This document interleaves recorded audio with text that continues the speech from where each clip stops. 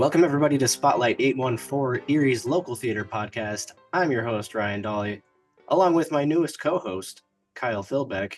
Hey, Kyle. Hi Ryan, how's it going? Good. How you doing, buddy? I'm all right. I'm Good. excited to Good do to see this. you. The Addams Family is coming to the Warner Theater on March 17th and 18th, and we are joined today by Uncle Fester himself, Chris Carsten. Welcome to the show, Chris.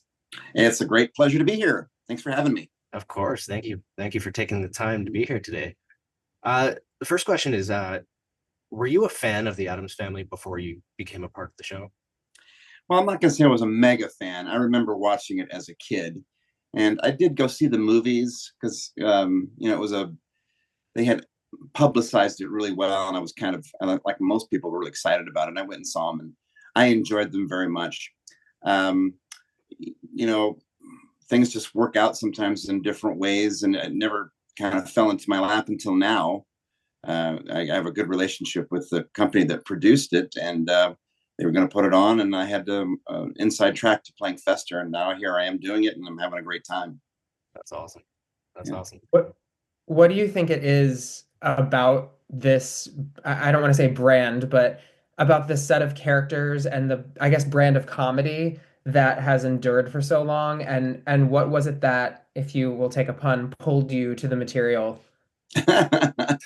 Well, for me, it's just when you think of the Addams Family, you think of the family and all the individual characters. You think of Mhm. Morticia, you think of Gomez, Wednesday, Pugsley, Uncle Fester, Grandma, and Lurch. Those are kind of everyone. I think if anybody that is familiar with Addams Family at all could probably name all of those characters with very little deliberation. Yeah. And so when I think about the Addams Family, I think of those characters and how fun it would be to it inspires a lot of just fun situations, and a lot of engages you in a lot of creative ways of thinking and acting and performing.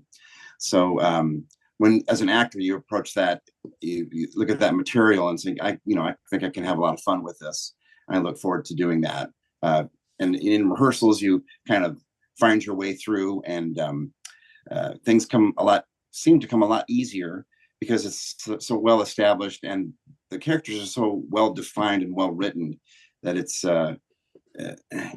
just something that I think most actors would want to embrace and just have fun with. And I feel so fortunate and lucky to be able to do it. That's great. That's great. And kind of a follow-up on the characters themselves. And maybe the answer is no, but when you saw this as a young person, like, did anything about Uncle Fester jump out to you, or is this is he a character that struck you all those years ago?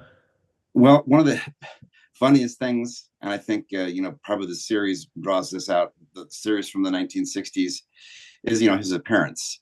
They make a lot of Yes. jokes around his appearance, Yeah. and the fact that he can produce electricity, they get a lot of mileage out of that. Um, and when you look at the characters, they're all distinct and have different aspects about them that just make them stand out. And the way they construct their characters around looking at life in a kind of macabre way, Mhm. a way that no one, just being different. And that's one of the things this show draws out, is it's okay to be different. And I think they used that dark sense of humor, Charles Addams did, to look at life in a different way, and still have fun, and be complete, and love who you are, and have fun. Now, Fester, of course, his look is kind of crazy, and when he's portrayed, he's always incorrigible. I always kind of look at him as a glass half full kind of guy. He's very positive, he's very upbeat, but he's just willing to bring it all when he does the things that he does. It's very funny. Yeah, that's awesome. So what does one normal night look like for your pre-show? Do you and your fellow company members do anything fun to get in the mood, to bring the story to life? Well, whenever we come to a new venue, we have a sound check, and One Normal Night is one of the songs we do pretty much in its entirety, just to sound check our voices, and the orchestra. And it's really fun to capture that energy. And you think of the idea of the song, it's like she's asking, because she's in love with someone who's quote unquote normal. Right. And the Addams, consider themselves normal, even though, everything they do and say may have a funny twist on it, but to them it's perfectly normal. So, and One Normal Night is a fun number to kind of play with that. And so every venue we come to, we always do a sound check, and that's part of our sound check is doing that number. So it gives us a chance to get in the mood, to feel the energy of that particular song, and get our voices matched up to it, and run the number and really enjoy it, and be ready to have fun for the night.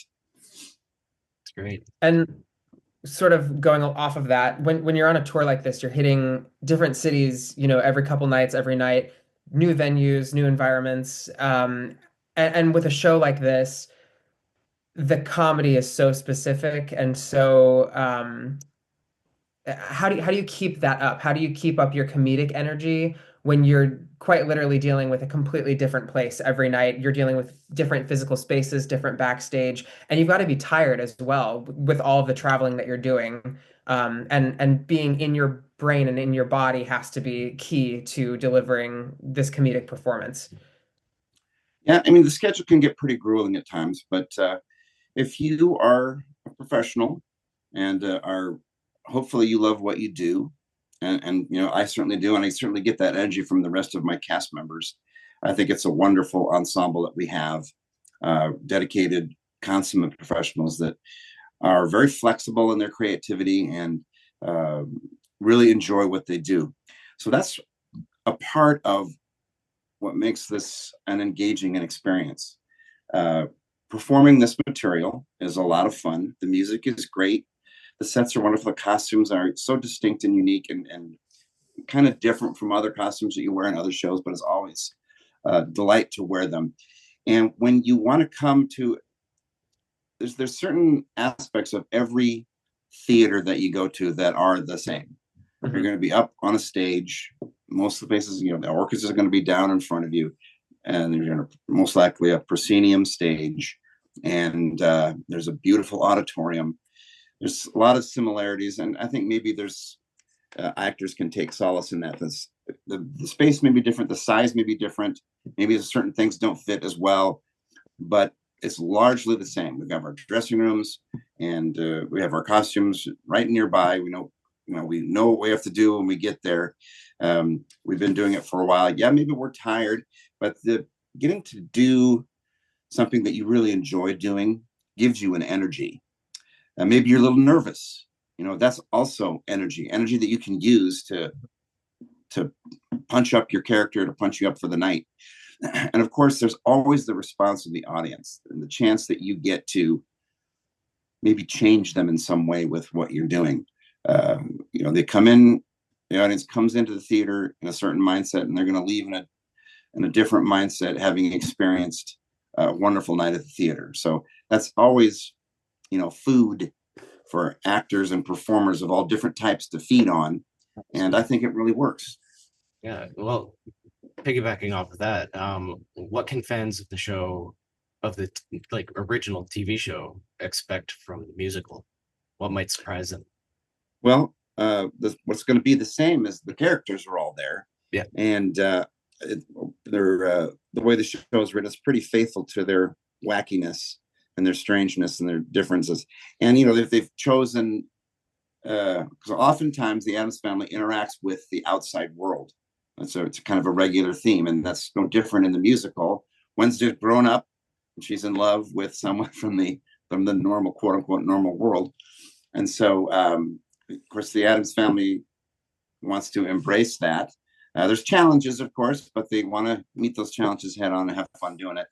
And so the audience can certainly identify with those themes if they're at all in touch with what the cartoons are from the very first Addams families that we were exposed to the TV show, and to the films that followed, and the cartoon animated films that have been expressed. There's a similar theme with the strangeness, the differentness of the Addams and the rest of the world. and how they're going to interact. So I think audiences can look forward to that, and it's a lot of fun. Sweet. We love fun. Gotta love fun. Gotta love Especially in the fun. winter. It kind of chills out. Yeah. Yeah. So obviously naming some similarities there, some similar themes. The characters are the same. When it comes to your character, how did going into rehearsals, doing this every night, how do you make this iconic character your own? How do you feel comfortable in his shoes? What was your process like taking him on? Well, every actor is going to be different. You're going to take 10 different actors and have them perform basically the same material. It's because they're different actors. Each performance is going to be different. Okay. But that doesn't mean that it's bad. It just means it's different. And you got 10 different performances, 10 wonderful experiences for the actor to get to engage in and for the audience to get to come and see. So I'm not going to be the same as people that have come in my shoes before, but even though I'm performing the same character. So you look at it from that way and you start to build it that way. You were cast because of the qualities that you bring as an actor. So the part that makes up me and who I am is going to be there. But then, as actors, you learn how to use different techniques to engage and create characters. And you bring those to bear. And one of the things is, Fester, that most people identify with Fester, is that he's kind of got an offbeat voice characteristic. So you can play with that. You can work with that. I made choice with that early on. And as you go through rehearsal after rehearsal, that gets settled in, it gets more defined, you get more comfortable with it. And it takes a lot of energy to bring that every night. Something that I look forward to. And the material is so much fun to perform too. So you read through the script and you say, well, how are we gonna do this? And when it starts to get pieced together, it kind of motivates you, it inspires you to come up with ideas and creativity and create different aspects of the character that you always try to make your own. Fester, I didn't invent Fester, right? But I'm coming in to walk in his shoes for a while and do my impression of him. Like I said before, I'm very honored to get a chance to do that, and I'm having a great time, and I look forward to it every night. It's great. A lot of local performing arts groups have performed this show locally, like from Erie Playhouse to the Academy Theater in Meadville. There's a bunch of high schools doing it. So for like up and coming artists, especially those who are younger, maybe not as familiar with the TV show and the movies of the Addams Family, but might do the show, what kind of advice would you give them on how to embrace an existing and beloved world and putting your own stamp on it? Well, I would suggest you be as familiar with it as you can. You look at each character and know kind of what their vibe is, and you can do that certainly by researching. You can look at the Addams Family cartoons, and one of the interesting things about the cartoons is that there were aspects of the cartoons that got defined later, like the characters' names. They aren't really in the cartoons, but like in the '60s TV show, that production defined a lot of things about the Addams Family that wasn't there before. Right. And so you can learn those things, study those things, and appreciate those things, understand them, and follow through with all the material that's available. Because now with the internet, you can look all that stuff up and just get an idea for what the Addams Family flair is. Yeah. And of course, and then you decide which character do you relate with the most, and if that's what you want to audition for, then emphasize that, and hopefully you get cast. Hopefully you're successful in doing that.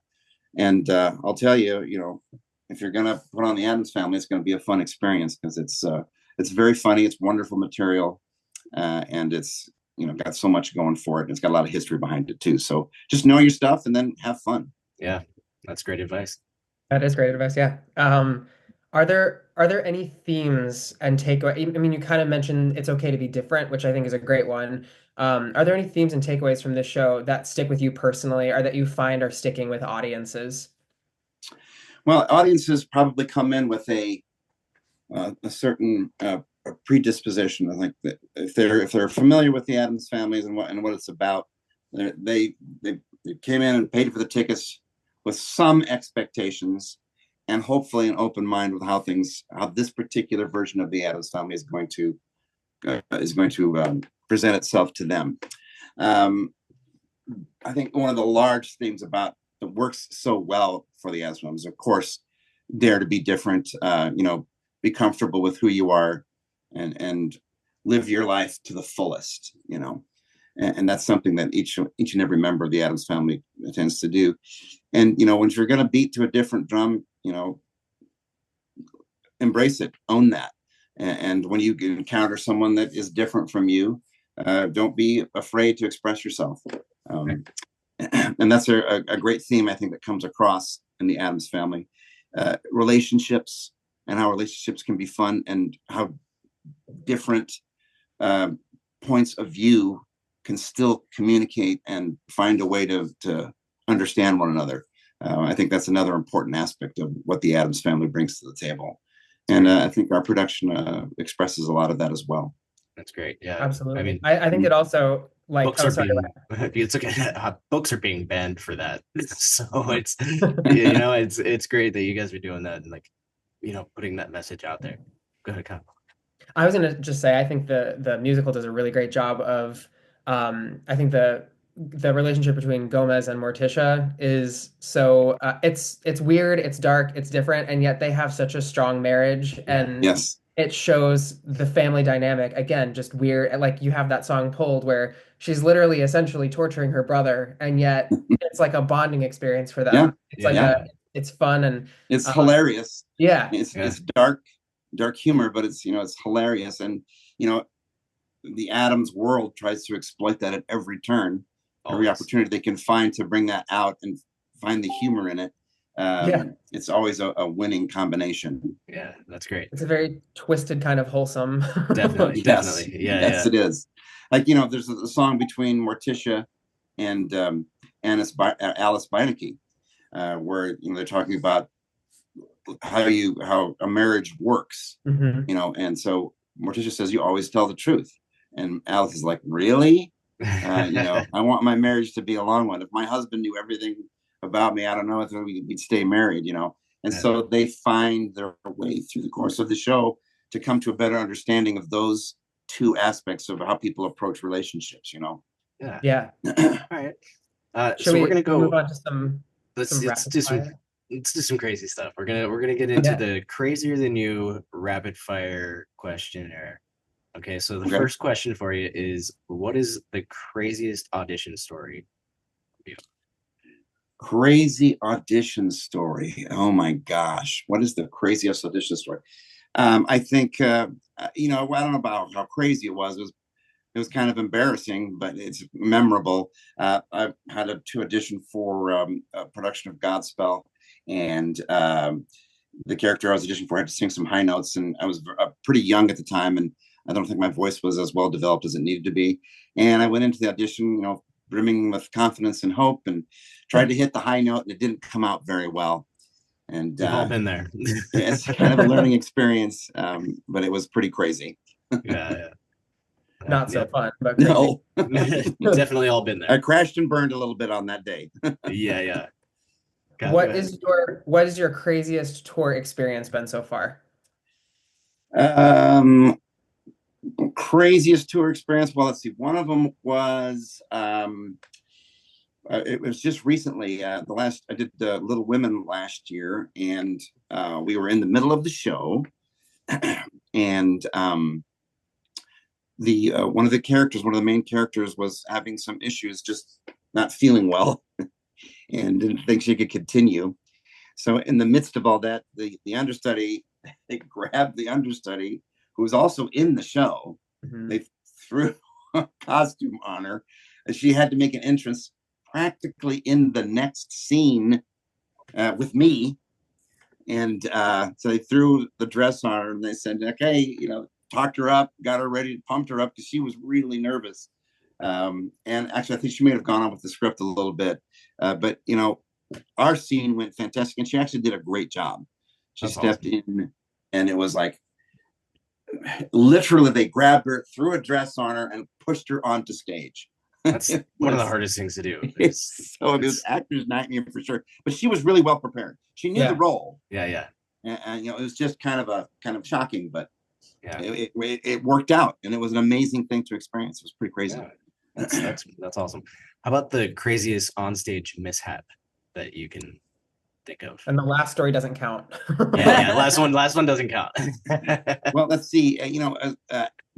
Actors share stories a lot about forgetting their lines. Yeah. And that's happened to me occasionally. We were at a theater a couple of years ago doing a show, and there was a tornado warning in the area, and so our stage manager wanted to not do the show, and the sponsor was there, the promoter was there, and he said, "No, you're going to do the show." So she had said we're not doing the show, and then 5 minutes later said we are doing the show. So we all got prepared and we did it, but as to commemorate the show, we all decided that everyone has to do a twirl to represent the tornado that was coming into town. So for me, I'm not much of a dancer, but I knew what I was going to do. I had it all planned out. So I made my entrance, and I looked at the actor that I was supposed to make eye contact with first. And as I walked past him, my eyes stayed on him, and I twirled around. And and then I go to deal with the next character, and I'm supposed to have some distance between the two of us. And ended up, I was right, her face was right here, because I didn't judge the twirl very well, because I'm not much of a dancer, as I said before. And I forgot my line. It startled me so much that I forgot my line. Yeah. And whatever came into my head is pretty much what I said. And this actor, whose face was right in my face, she was a consummate professional. A really talented actor. She burst into laughter in my face, and all the other characters that were on stage had to practically turn up stage to hide their laughter. My friends that were on stage never let me live it down. It's pretty funny. Did you get a note after that performance? Well, I think the stage manager canceled the twirls going forward. Okay. But no more twirls for the rest of that performance, and that was all my fault because I couldn't handle it. Come on, Chris. Get your tornado twirl together. Yes. Man, so this is a little bit different, but for Addams Family, obviously it has a very distinct look. What has been the craziest cosplay outfit you've seen in the audience or at the stage door after a performance? Well, and this again happened just a few venues ago. A guy came to the show. It's not actually, a group of people came up dressed as characters: Morticia, Gomez, and there was a Fester. And I didn't have my contact lenses in, so I can't make out the audience. I don't have really terrible eyesight, but it's a little blurry. I can't make out the audience as well as other people can in the cast. And everybody kept coming up to me during the show and saying, "There's a Fester. There's a guy dressed as Fester out in the house."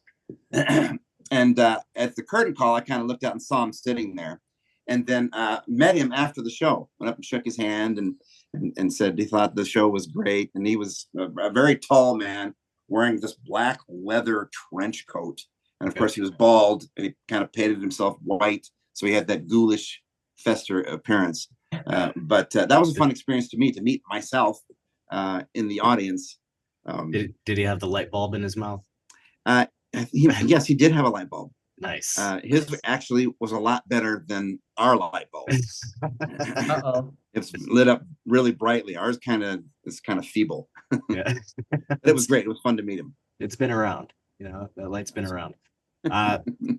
So we got a couple more questions for you. Okay. So if Uncle Fester were to commandeer the Addams Family Mansion for one night and throw an absolute rager, what are 5 songs that he would include in his crazy playlist? Oh my gosh. 5 crazy songs for man, I am not up on the party songs, but I'm sure it would be any. Man, that's a tough question for me, because I'm pretty mellow in the kind of music that I listen to. Yeah. But Fester's pretty out there with the stuff that he listens to. I think from my perspective, I mean, it's not much of a song, but of course, it's pretty much cliche. I'm sure for me, you'll probably pick Monster Mash. Yeah, absolutely. That's something that a lot of people do. What's that one from the Transylvania Hotel? I'm in love with a monster. I think that song's a lot of fun. Okay. Yeah. Okay. Anything monster related. I can't come up with five. Thriller. I think that's probably the best two that I Thriller, can come up Thriller, with. But I'm sure there's plenty of crazy songs out there that he would come up with that he would do. Well, that's good. We got three. You got three? I'll throw in Bloody Mary by Lady Gaga from the Wednesday show. Oh yes. We'll put that one in there as well. Yes. Perfect. That's a good playlist. That's fine. We have one more question for you. It's the most important question that has appeared in this interview. I want you to think very, very seriously about this. This is the most important question we've ever had on the show. Honestly, it's very deep, very prolific. How do you, Chris Carsten, feel about the moon? How is your relationship with the moon? Very deep, very complex, very complicated. I, of course, am in love with the moon. Okay. And hope to perpetuate a relationship and have something very deep and meaningful. The moon is the round orb of love for me. I think it's so fantastic. And you have that in common with your character. That's something. That's right. That's wonderful. Yes, I'm very passionate of love. about the moon. I love that. I'd like to go up there and take residence up there.